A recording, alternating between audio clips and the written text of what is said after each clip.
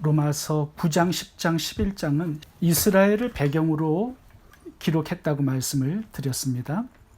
이 사도 바울의 가장 큰 의문점은 하나님께서 이스라엘 백성들을 사명으로 선택해 주셨는데 어떻게 해서 하나님께서 이 유대 민족을 버릴 수 있는가? 어떻게 예수님을 거절하고 멸망받는 그런 민족이 될 수 있는가? 이것이 사도 바울의 질문이었습니다. 그렇다면 이스라엘의 미래는 어떻게 될 것인가? 완전히 버림을 받게 될 것인가? 아니면 하나님께서 최종적으로 이스라엘을 구원해 주실 것인가? 이거에 대한 질문이 사도 바울에게 있었습니다. 이제 신학 서적을 읽어보면 한 10가지의 이론이 나옵니다. 여기에 대해서.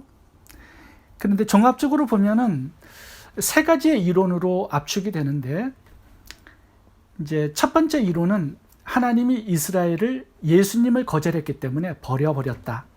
이게 첫 번째 이론이고요. 두 번째 이론은 이 구약의 이스라엘은 이제 신약의 교회로, 영적 이스라엘로 이렇게 바뀌었다. 그래서 이스라엘의 모든 이 성경에 기록된 내용들은 이제 신약의 교회인 우리들에게 적용이 된다. 이렇게 말하는 것이 두 번째 이론이 되겠습니다. 근데 세 번째 이론은 아니다. 하나님께서는 자기 백성을 택하시고 절대 버리지 않는다. 결국 나중에 예수님 재림하시기 직전에 하나님께서는 이스라엘 전체를 구원해서 다시 한번 사명으로 쓰실 것이다. 이렇게 3가지로 구분이 되어 있습니다. 근데 사도 바울이 이제 수요일 날 큐티에 가면 하나님께서 우리 민족을 전체적으로 구원하실 것이다. 온 이스라엘을 구원하실 것이다. 이렇게 말하는 구절이 있습니다. 그 의미가 무엇인지 이제 한번 로마서 11장을 통해서 살펴보기를 원합니다. 그러면 하나님께서 예수 그리스도를 거절한 이스라엘을 버렸는가 완전히? 그렇지 않다라고 사도 바울은 말씀을 하고 있습니다. 1절과 2절을 보겠습니다. 그러므로 내가 말하노니 하나님이 자기 백성을 버리셨느냐? 그럴 수 없느니라. 나도 이스라엘이니요 아브라함의 씨에서 난 자요 베냐민 지파라. 사도 바울이 예수님을 핍박했던 사람이었습니다. 그 교회를 잔인하게 핍박했었죠. 그럼에도 불구하고 하나님께서 무작정 은혜를 주셔서 구원해 주시고 위대한 사도로 쓰시지 않았느냐. 나 같은 죄인 중에 개수를 하나님이 구원하신 걸 보면 하나님이 이스라엘을 버리지 않았다라는 것이 확실하다. 사도 바울이 이렇게 말하고 있습니다. 2절에서 4절까지 보시면 엘리야의 이야기를 하고 있는데요. 2절부터 4절까지 읽어보겠습니다. 하나님이 그 미리 아신 자기 백성을 버리지 아니하셨나니 너희가 성경이 엘리야를 가리켜 말한 것을 알지 못하느냐. 그가 이스라엘을 하나님께 고발하되 주여 저희가 주의 선지자들을 죽였으며 주의 제단들을 헐어버렸고 나만 남았는데 내 목숨도 참나이다 하니 저에게 하신 대답이 무엇이뇨? 내가 나를 위하여 바알에게 무릎 꿇지 아니한 사람 7천을 남겨두었다 하셨으니. 이 당시가 이세벨이 통치를 하고 있었던 시대상이었습니다. 모든 하나님을 믿는 백성들을 죽였습니다. 선지자들을 다 죽였어요. 바알 신을 섬기지 않으면 무조건 사형을 시켰습니다. 그래서 하나님을 섬기는 사람들이 없었습니다. 이 당시에. 그래서 엘리야는 자기밖에 남지 않았다라고 생각했는데 하나님께서는 하나님의 백성 7,000명이 있다라고 이렇게 가르쳐 주셨습니다. 엘리야 시대에도 하나님의 백성들이 7,000명 남아 있었습니다. 하나님이 이스라엘을 절대로 버리지 않았다라는 것을 지금 설명하고자 한 것이죠. 사도 바울이 여기에서 지금 강조하고자 하는 내용이 있습니다. 그건 뭐냐면 구원받는 숫자는 역사적으로 항상 소수였다. 지금 이 얘기를 지금 하고 싶어 하는 것입니다. 하나님께서 버리신 게 아니다. 다만 구원받는 숫자는 소수였다. 사도 바울 시대에는 예수 믿는 사람들이 얼마나 적었습니까? 12제자였고 부활을 목격한 사람들은 500명밖에 되지 않았습니다. 사도행전 1장을 보시면 120명밖에 남지 않았어요. 근데 하나님께서 버리신 게 아니죠, 이스라엘을. 그 사람들을 통하여서 온 땅에 복음이 전파되지 않았습니까? 그리고 하나님의 마음은 언제나 예루살렘에 있었습니다. 복음이 제일 먼저 전파된 곳이 예루살렘이었죠. 하나님은 버리지 않았습니다. 예루살렘 교회를 통해서 수많은 교회들이 세워졌죠. 구원받은 숫자는 언제나 소수였다라는 것입니다. 엘리야 시대 때는 어땠습니까? 7,000명밖에 없었죠. 그것이 하나님이 이스라엘을 버렸다라는 증거가 되지는 않지 않습니까? 노아 시대 때는 8명밖에 없었습니다. 아브라함의 자식은 8명이었죠. 근데 2, 3만 하나님의 백성이었습니다. 출애굽한 이스라엘 백성들도 보면 가나안 땅에 들어간 사람들은 소수였습니다. 1세대들은 광야에서 다 죽었어요. 하나님은 이스라엘 백성들을 선택하고 버린 적이 없었습니다. 단지 구원하시고 사명으로 쓰신 사람들은 소수였습니다. 이걸 지금 얘기하고자 하는 것입니다. 그런데 하나님께서 일하시는 방법이 아주 독특합니다. 그 남은 소수, 하나님을 섬겼던 그 소수를 통해서 다시 한번 다수를 복음화하고 부흥의 역사를 새롭게 하셨습니다. 사도 바울과 12 제자를 통해서 로마가 기독교화된 것이죠. 세계 땅끝까지 복음이 전파되었습니다. 소수였어요. 그 사람들을 통하여서 이 땅의 역사가 새롭게 된 것입니다. 하나님은 이스라엘을 절대로 버리신 적이 없었습니다. 그렇게 사도 바울은 얘기하면서 이 땅을 새롭게 하는 그 소수, 남은 자들은 어떤 사람인가를 이제 11장 전체에서 소개하고 있습니다. 오늘 본문에서는 2가지만 살펴보도록 하겠습니다. 첫 번째, 남은 자들은 끝까지 믿음의 정절을 지키는 사람들입니다. 3, 4, 5절을 제가 읽어보겠습니다. 주여 그들이 주의 선지자들을 죽였으며 주의 제단들을 헐어버렸고 나만 남았는데 내 목숨도 찼나이다 하니 그에게 하신 대답이 무엇이냐? 내가 나를 위하여 바알에 무릎을 꿇지 아니한 사람 7천을 남겨두었다 하였으니 그런즉 이와 같이 지금도 은혜로 택하심을 따라 남은 자가 있느니라. 지금 여기에서 강조하는 것은 뭐냐면 바알에게 무릎을 꿇지 아니하는 사람, 이게 중요한 단어입니다. 끝까지 믿음의 정절을 지킨 그 사람들이 구원받은 사람들이고 그 사람들을 통해서 다시 한번 이 땅의 역사를 새롭게 하나님께서 하셨다라는 것입니다. 본문에서 구원받은 소수의 성도들을 왜 남은 자라고 표현했을까요? 편안할 때는 하나님을 섬기는 사람들이 많습니다. 복을 받을 때는 다 하나님을 섬깁니다. 근데 고난이 오고 손해와 불이익을 당하고 예수님을 섬기는 것 때문에 죽음의 위협이 가해지면 그때는 다 떠나갑니다. 소수만 남습니다. 그래서 남은 자들입니다.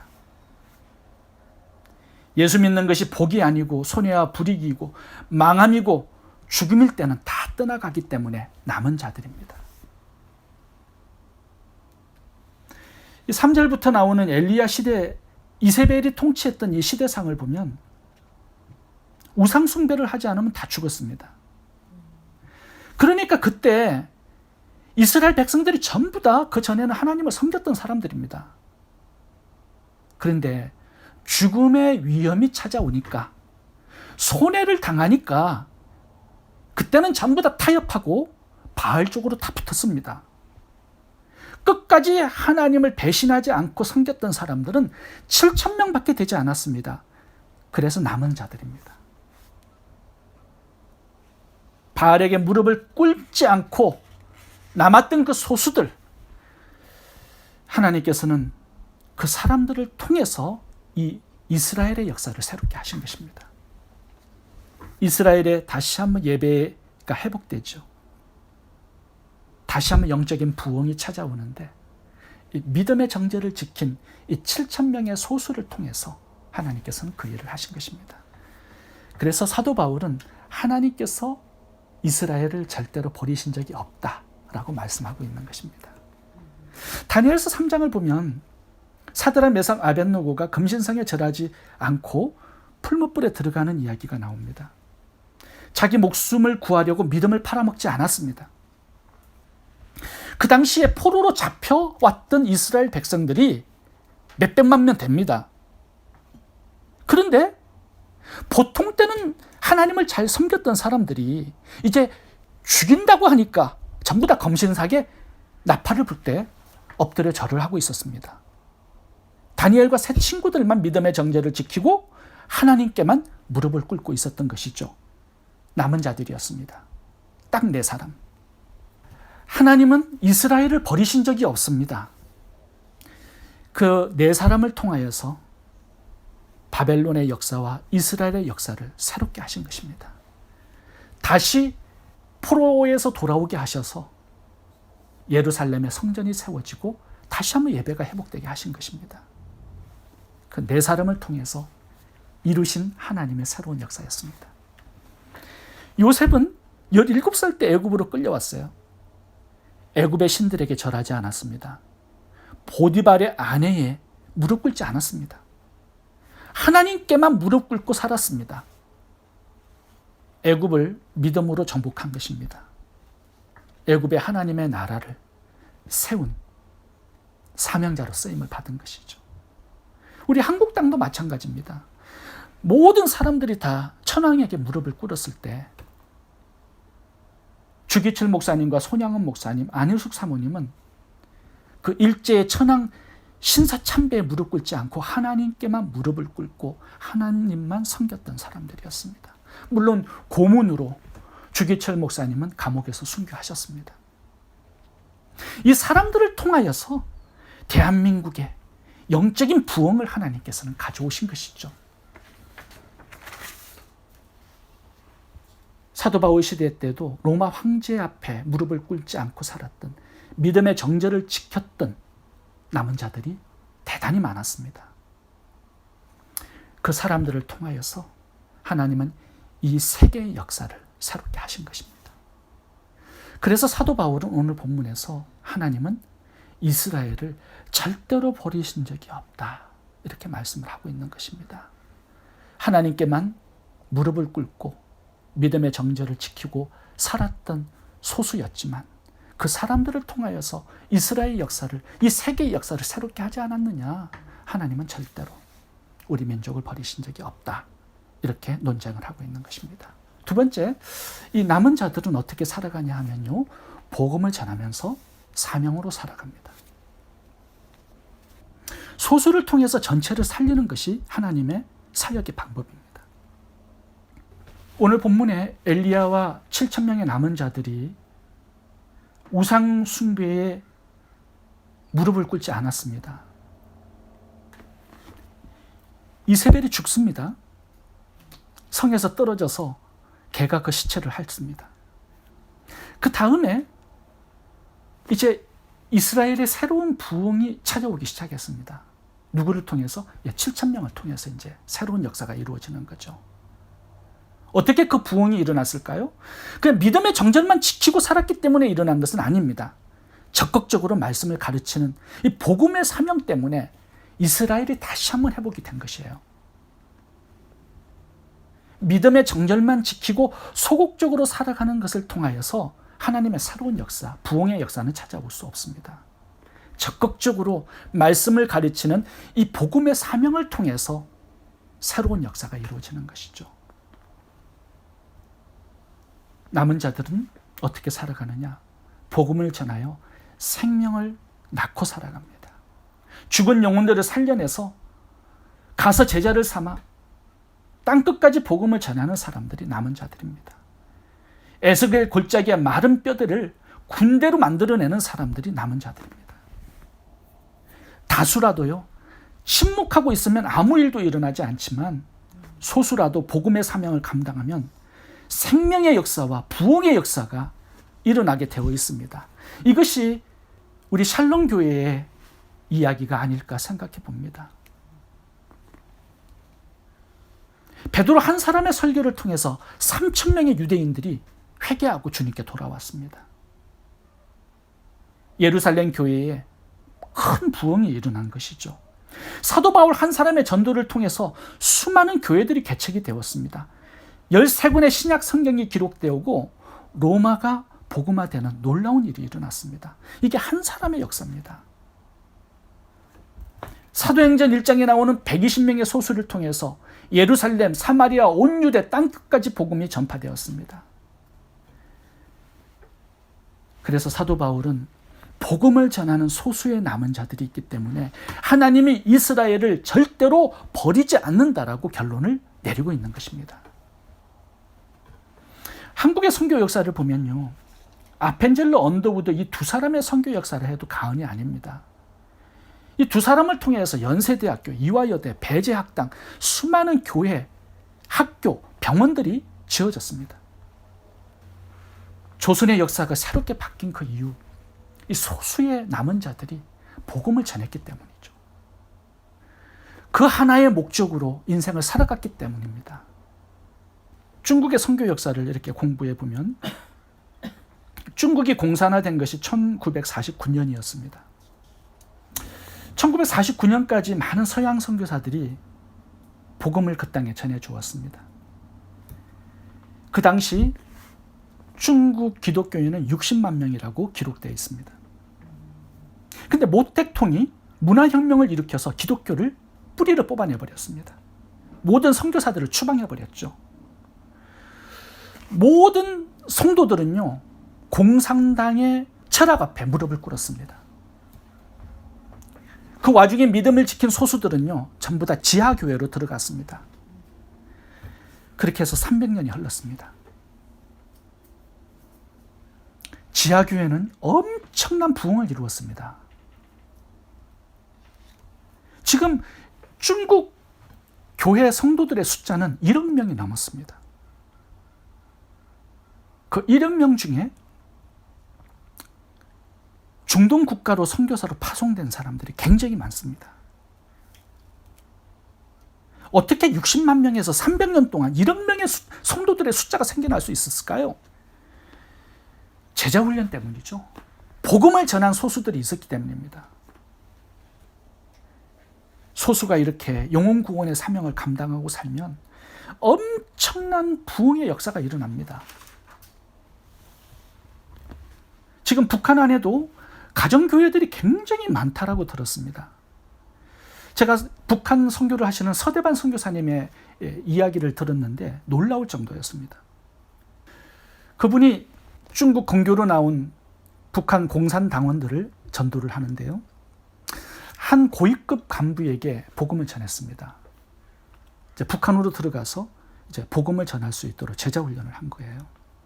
근데 그분이 북한으로 들어가서요, 주님의 지상 명령이 복음 전파라는 것을 확실하게 깨닫고 복음을 전하면서 살고 있습니다. 가족, 친척, 아는 이웃들에게 복음을 전해요. 이게 죽을 일이라는 것을 알면서도 복음을 전합니다. 고위 공산당 간부이기 때문에 감히 건드리는 사람들이 없는데요, 이게 발각이 되었습니다. 그래서 잡혀가지고 처음에는 경고만 받았는데 계속 복음을 전하다가 이제 잡히니까 이제 고문을 했습니다. 그 고문 중에 하나가 성대를 잘라내는 고문을 당했습니다. 그 말을 못하게 한 거죠. 그리고 걸어 다닐 수 없도록 두 다리를 분질러 버렸습니다. 불구자가 되었습니다. 근데 서대반 선교사님의 이 간증을 들어보니까요, 자신은 선교사이지만 너무나 부끄럽다라고 이렇게 간증을 하셨습니다. 왜냐하면 자기가 복음을 전해준 공산당원들이요, 죽을 줄 알지만 지하교회를 개척하고 수많은 사람들에게 복음을 전하면서 그 단 하나의 목적으로 인생을 살아가고 있다는 겁니다. 자신이 부끄러울 정도로. 그런 전도인들이 북한에 되게 많대요. 이것이 바로 남은 자들입니다. 소수의 사명자들. 오늘도 에스겔 골짜기의 마른 뼈들이 살아서 군대를 이루고 하나님의 역사가 새로워지는 그 이유가 복음을 전하는 이 소수의 남은 자들이 있기 때문입니다. 미국에는 메이플라워를 타고 미국으로 건너왔던 102명의 청교도들이 남은 자였죠. 이 사람들을 통해서 미국 전체가 복음화되고 20세기 세계 복음화가 이루어진 것입니다. 여러분, 소수라도요, 복음의 사명으로 일생을 하나님께 드리고 살아가잖아요. 나를 통하여서 하나님의 새로운 역사와 부흥이 일어나게 되어 있습니다. 하나님 그렇게 우리를 쓰기를 원하십니다. 앞으로 우리는 주님의 재림을 앞두고 말세를 살고 있습니다. 앞으로 666표가 찍혀지고요, 우상에게 무릎을 꿇어야 살 수 있는 그런 시대가 올 것입니다. 그때는 다 하나님을 버리고 배도하는 일들이 일어날 것입니다. 그때는 예수님을 믿는 것이 복이 아니라 저주요, 망함이요, 손해와 죽음이 되는 시대입니다. 그때도 끝까지 믿음의 정절을 지키고 복음을 땅 끝까지 전하는 이 사명 앞에 녹슬어 없어지는 것이 아니라 닳아서 없어지는 저와 여러분들의 삶이 될 수 있기를 바랍니다. 기도하겠습니다.